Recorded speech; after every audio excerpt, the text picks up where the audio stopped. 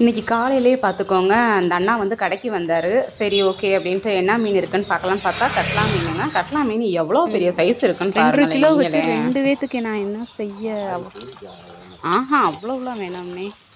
அந்த மீன் வந்து ஒன்று 2 மீன் ஆகும், 3 கிலோ இருந்துச்சு. அவ்வளோலாம் வேணாம் அப்படின்ட்டு. ஸோ இந்த மீன் இது ஒரு மாதிரி விழுக்கு விழுக்குன்னு இருக்கும், டேஸ்ட் இருக்காது எனக்கு இது. அதுக்கப்புறம் அண்ணா வந்து சரி க்ளீன் பண்ணி தரேன் அப்படின்னாங்க. சரி ஓகேண்ணே அப்படின்ட்டு தண்ணியெல்லாம் அவங்களுக்கு தேவையானது எடுத்து வச்சேன். மாமா உனக்கு பிடிக்கும் தான் நான் வாங்கினேன் மீன்.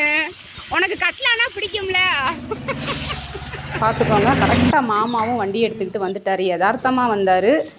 சரின்ட்டு அவங்க க்ளீன் பண்ணிக்கிட்டு இருந்தாங்க. இதுதான் பார்த்துக்கோங்க, யாருக்கு என்ன பிடிக்குதுன்னு வாங்குகிறோமோ அந்த டைம் அவங்க வந்திருந்தாங்கன்னா, ஸோ அவங்க மேலே வந்து நம்ம மேலே கேரிங்காக இருக்காங்க, நம்ம அவங்க மேலே கேரிங்காக இருக்கான்னு தெரிஞ்சுக்கலாம். இது ஒரு கணவன் மனைவிக்குள்ள ஒரு இதுதான்.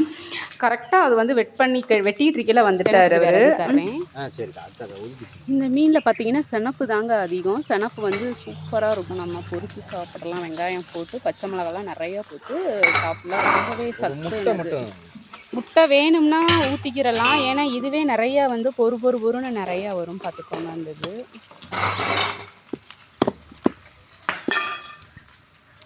அந்த பகுதி இருக்குல்ல நீங்கள் வெட்டுறீங்கல்ல, அதுதான் பார்த்துக்கோங்க ஒரு மாதிரி நெல்லுக்குன்னு இருக்கும். அது ஒரு மாதிரியாக இருக்கும். இது செனப்பை மாதிரி இருக்கும். அதான் நல்லா இருக்கும் சாப்பிட்றதுக்கு. இது கொழுப்பாக இருக்கும்.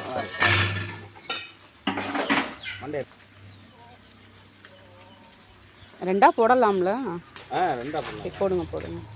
அவருக்கு அந்த கட்லா மீனில் ரொம்ப பிடிச்ச பகுதியே அந்த மண்டை தான். ஆமாம், டேஸ்ட்டாக இருக்கும்ட்டு நல்லா சாப்பிடுவார் அவர். இல்லை அந்த இதெல்லாம் எடுத்துருங்க. செதில்லாம் போடக்கூடாதுல்ல? சரிங்கண்ணா, போட்டுருங்க. அந்த செனப்பையும் போட்டுருங்க. நல்லா தானே இருக்குது. போடுங்க, எனக்கு ரொம்ப பிடிக்கும். செனப்பு இல்லை, செனப்பு எனக்கு ரொம்ப பிடிக்கும்.